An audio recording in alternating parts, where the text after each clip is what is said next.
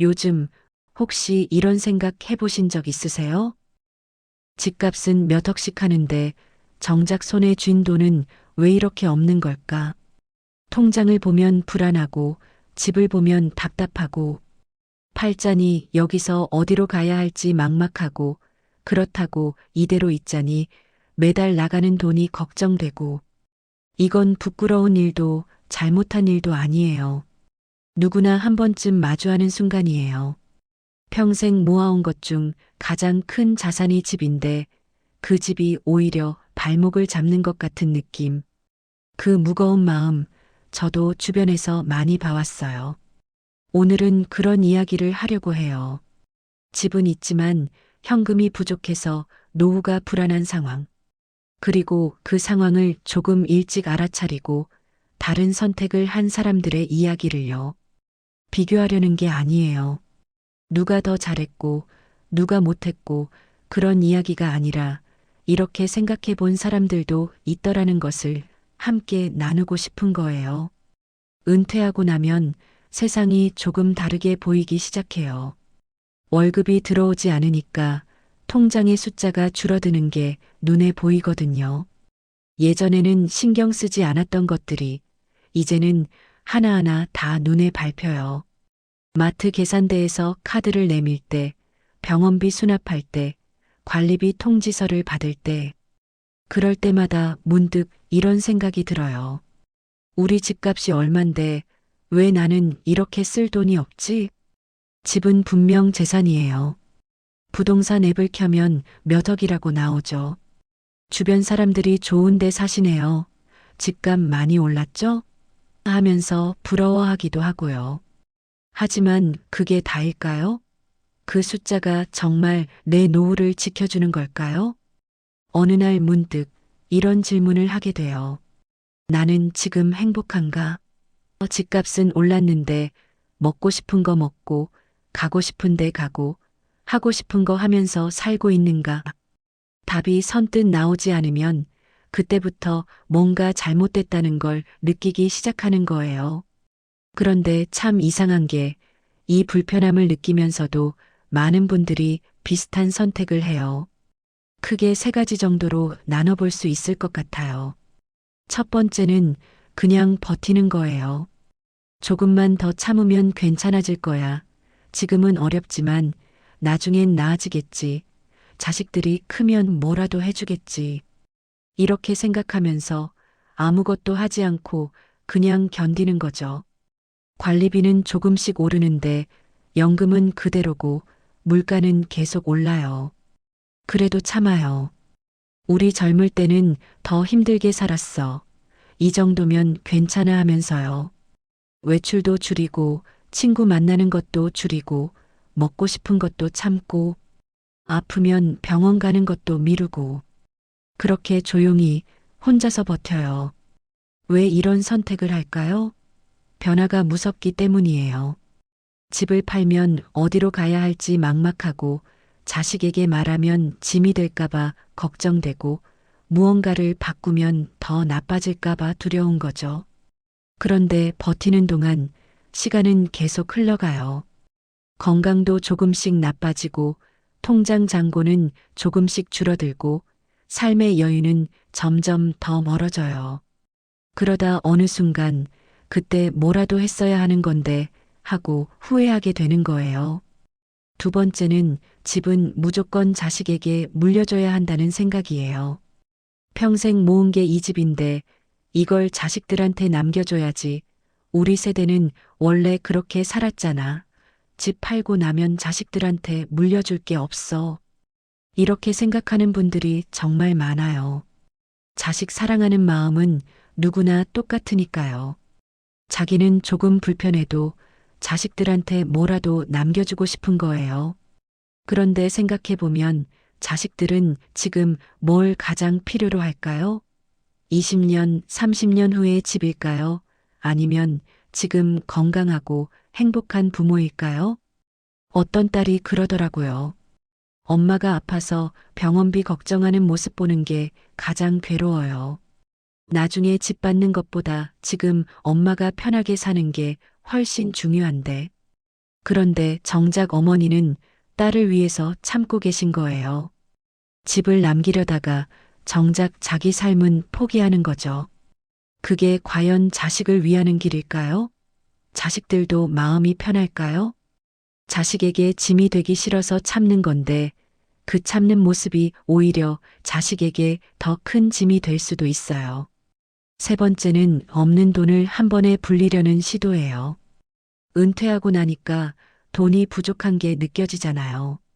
그러면 뭐라도 해야 하는데 하는 초조함이 생겨요. 그때 누군가 이거 하면 큰 돈 벌 수 있어요. 요즘 다들 이거 한대요 하면 솔깃해지는 거죠. 주식, 코인, 부동산 투자, 고수익 상품, 은행에 넣어두면 이자가 얼마 안 되니까 조금이라도 더 받을 수 있는 곳을 찾게 돼요. 그런데 은퇴 후의 돈은요, 다시 벌 수 있는 돈이 아니에요. 이게 마지막 돈이에요. 이걸 잃으면 회복할 방법이 없어요. 젊을 때는 실패해도 다시 일해서 벌 수 있었어요. 시간도 있었고, 건강도 있었고, 하지만 60대, 70대의 돈은 달라요. 한 번 잃으면 끝이에요. 그런데 그 간절함을 아는 사람들이 있어요. 그 마음을 이용해서 말 좋게 접근하는 사람들이요. 어르신, 이거 안 하시면 손해예요. 지금 안 하면 기회 없어요. 불안한 마음에 시작했다가 결국 원금까지 잃고 더 큰 불안 속에 빠지는 분들을 많이 봤어요. 돈을 불리려다가 마지막 안전망까지 잃는 거예요. 이 세 가지 선택의 공통점이 뭘까요? 결정을 미루거나 혼자서 끙끙 앓거나 조급하게 움직이는 거예요. 그리고 그 과정에서 노후는 점점 더 불안해지고 삶은 점점 더 힘들어져요. 그런데요, 이런 선택을 하지 않은 사람들도 있어요. 똑같이 집은 있고 현금은 부족한 상황이었는데 조금 다른 길을 선택한 사람들이요. 그분들이 뭘 했는지 함께 들어볼까요? 이 이야기가 남 얘기처럼 들리지 않는다면 구독으로 조용히 함께 해주셔도 좋겠습니다. 댓글로 여러분의 고민을 나눠주시면 다음 이야기에서 더 깊이 다뤄볼게요. 첫 번째 선택은 집을 지키는 것보다 현금 흐름을 먼저 만들었다는 거예요. 집을 지키는 게 나쁜 건 아니에요. 하지만 집만 있고 쓸 돈이 없으면 그게 과연 내 집일까요? 살 수는 있지만 사라지지 않는 그런 집이 무슨 의미일까요? 이런 분이 계셨어요. 서울에 아파트를 가지고 계셨는데 시세가 한 15억 정도 됐대요. 그런데 통장에는 몇 천만 원밖에 없었고 연금은 한 달에 100만 원 조금 넘게 나왔어요. 관리비에 생활비에 병원비에 빠듯했어요. 외식 한 번 하는 것도 부담스럽고 친구들 만나는 것도 조심스럽고 집값은 몇 억인데 삶은 그렇지 않았어요. 그분이 어느 날 결심을 하셨대요. 이 집을 팔고 조금 작은 곳으로 가자. 쉬운 결정은 아니었을 거예요. 오래 살던 집이고 익숙한 동네였을 테니까요. 하지만 용기를 냈어요. 그래서 15억짜리 집을 팔고 외곽에 7억짜리 작은 아파트를 샀어요. 그러니까 손에 현금이 7억 정도 남는 거죠. 세금이며 이것저것 비용 빼고 실제로는 5억 정도가 남았대요. 그 돈으로 뭘 했을까요? 전부 쓰신 게 아니에요. 3억은 안전하게 예금에 넣으시고 2억으로 매달 일정한 금액이 나오는 상품을 만드셨어요. 한 달에 한 100만 원 정도 추가로 나오도록요. 그러니까 연금 100만 원, 여기에 100만 원이 더해져서 한 달에 200만 원이 생기는 거예요. 그리고 혹시 모를 일을 위해 3억은 그대로 두시고요. 그분이 그러시더라고요. 마음이 이렇게 가벼울 줄 몰랐어요. 아파트는 작아졌지만 삶은 훨씬 넓어졌어요. 이제는 카페도 가고 친구들도 만나고 가끔 여행도 가세요. 손주 생일에 선물도 하고 아플 때 병원도 바로 가고 돈 걱정 없이 살 수 있으니까 하루하루가 편안해지신 거예요. 집값은 줄었지만 삶의 질은 올라간 거죠. 물론 집을 꼭 팔아야 한다는 건 아니에요. 어떤 분들은 주택연금을 선택하세요. 집은 그대로 살면서 매달 일정한 금액을 받는 거죠. 돌아가신 후에 집으로 정산하는 방식이에요.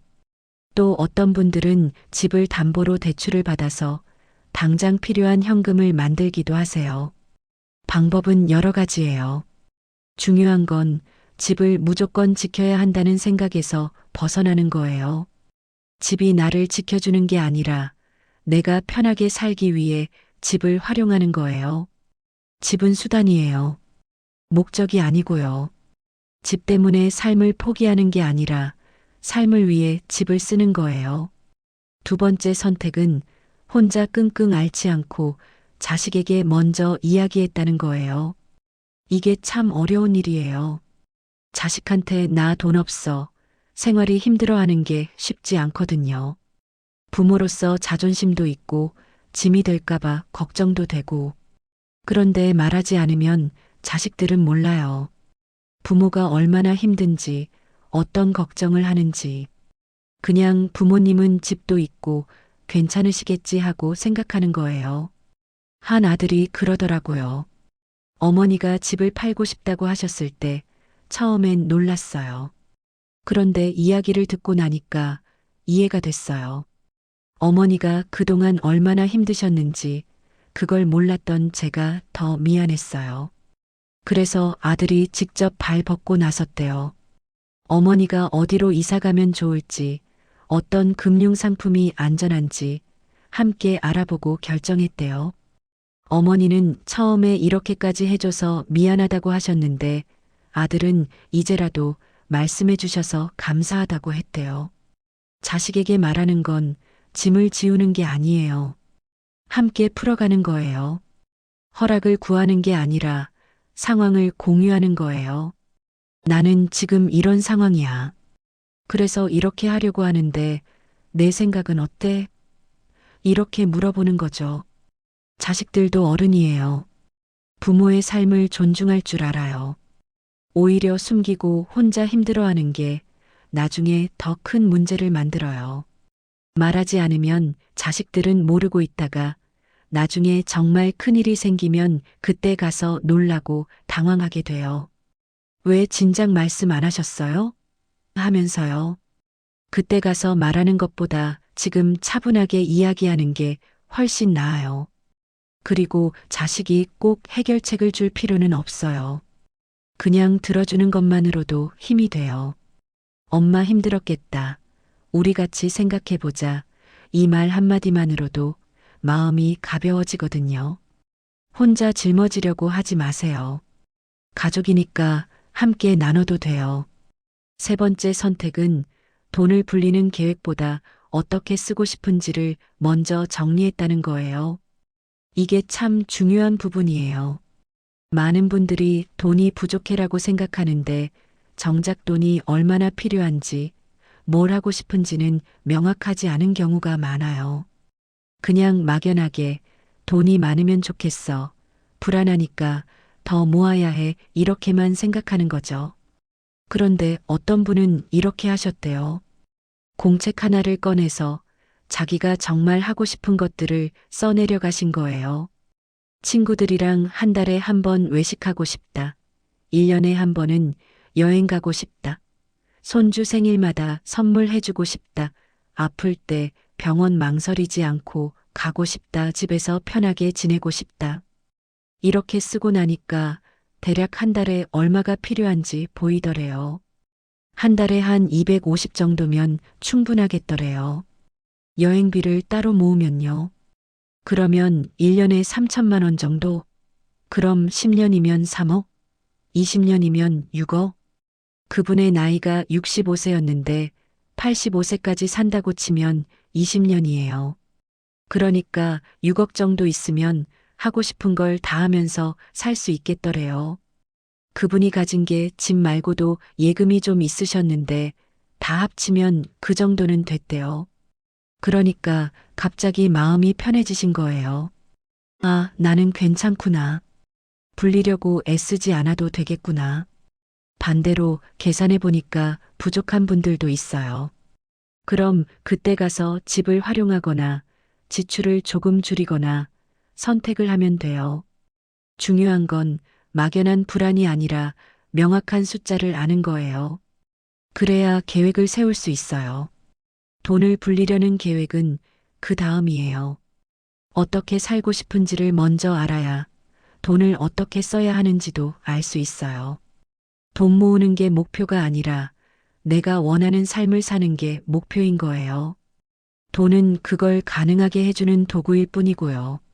그러니까 나는 뭘 하고 싶은가? 이 질문부터 시작해야 해요. 그 답이 나오면 길이 보여요. 이 세 가지 선택을 한 분들의 공통점이 뭘까요? 집착을 내려놓았다는 거예요. 집에 대한 집착, 자식에게 물려줘야 한다는 집착, 돈을 더 모아야 한다는 집착. 그 대신에 지금의 나를 먼저 생각한 거예요.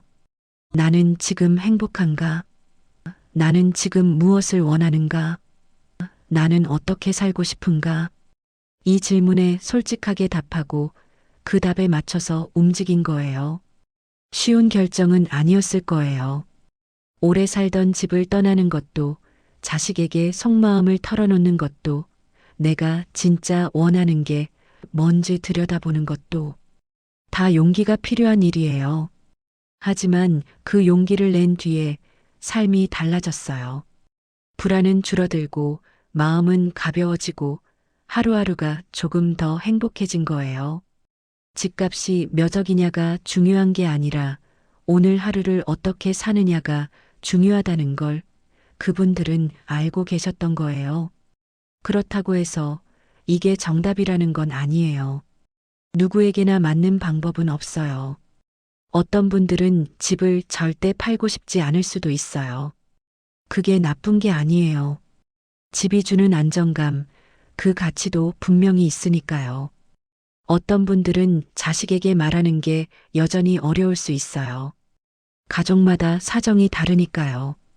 어떤 분들은 하고 싶은 게 딱히 없을 수도 있어요. 그냥 조용히 살고 싶은데 하실 수도 있고요. 그것도 괜찮아요.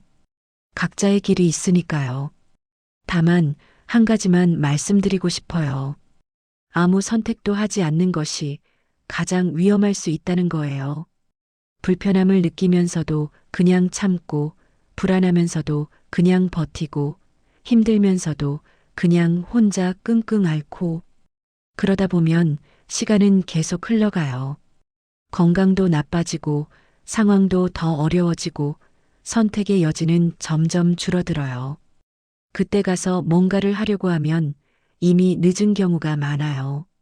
몸도 마음도 지쳐서 아무것도 할 수 없게 되는 거죠.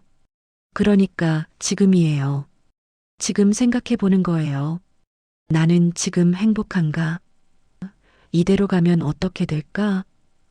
나는 무엇을 바꾸고 싶은가? 이 질문들에 천천히 답해 보세요. 급하게 결정할 필요는 없어요. 하지만 생각은 시작해야 해요. 혹시 주변에 이런 고민하시는 분이 계신가요? 그러면 이 이야기를 들려주세요. 나만 그런 게 아니구나. 다른 사람들은 어떻게 했구나 하는 걸 아는 것만으로도 조금 마음이 가벼워질 수 있어요. 그리고 함께 이야기 나눠보세요.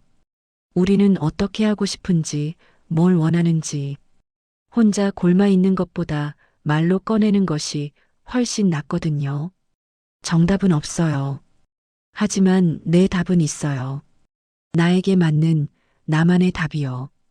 그걸 찾는 게 노후를 준비하는 진짜 방법이 아닐까요? 오늘 이야기가 조금이라도 도움이 되었길 바라요. 집은 있지만 쓸 돈이 부족한 노후. 이건 부끄러운 일이 아니에요. 누구나 마주할 수 있는 현실이에요. 중요한 건 그 상황을 어떻게 받아들이고 어떻게 풀어가느냐예요. 집을 지키는 것보다 현금 흐름을 먼저 생각하고 혼자 앓지 말고 가족과 이야기하고 돈을 불리기보다 어떻게 쓰고 싶은지 정리하고 이 세 가지만 기억해도 조금은 길이 보일 거예요. 노후는 누가 더 많이 가졌느냐의 문제가 아니라 얼마나 나를 먼저 생각했느냐의 문제일지도 모릅니다. 오늘부터 천천히 생각해 보세요. 나는 뭘 원하는지, 어떻게 살고 싶은지, 그 답을 찾는 것부터 시작이에요. 오늘도 따뜻한 하루 보내세요. 그리고 기억하세요. 당신은 충분히 잘 살아오셨어요. 이제는 당신을 위한 선택을 해도 괜찮다는 것.